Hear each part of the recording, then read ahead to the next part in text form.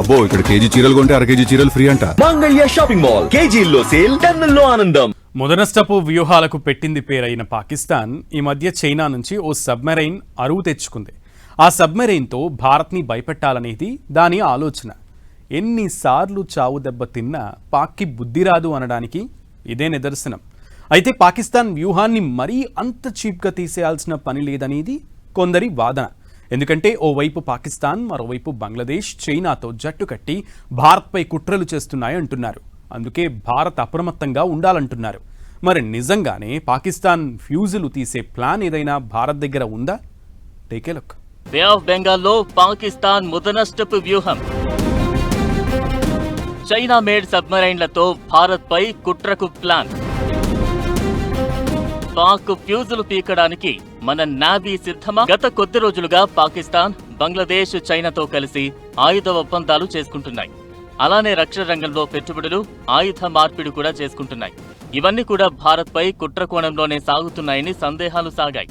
అవన్నీ నిజమే అని నిర్ధారించేలా సంకేతాలు వస్తున్నాయి.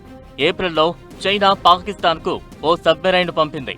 అది ఎక్స్క్లూజివ్ గా పాక్ కోసమే డిజైన్ చేసి బదిలీ చేస్తోన్న హంగోర్ తరహా జలాంతర్గామి. మొత్తం 6 హంగోర్ క్లాసు సబ్మెరైన్లను పాకిస్తాన్ కు చైనా పంపనుండగా అందులో మొదటిది ఏప్రిల్ నెలలో కరాచీకి చేరింది.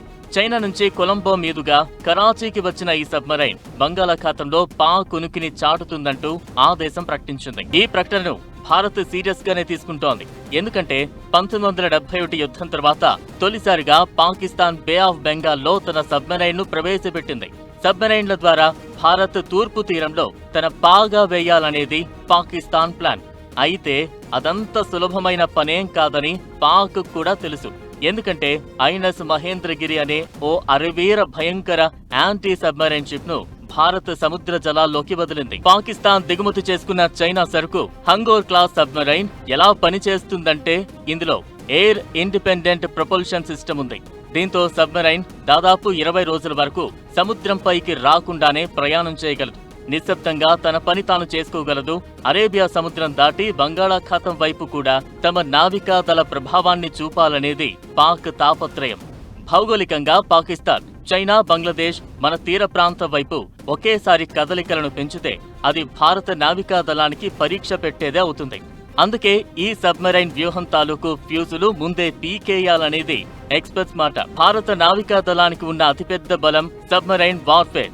నౌకాదళం అధునాతన నిఘా వ్యవస్థలు, సముద్ర గస్తీ విమానాలతో పాటు వ్యూహాత్మకంగా ఉన్న స్థావరాల మద్దతుతో ఎలాంటి ముప్పునైనా ఎదుర్కోగలదు.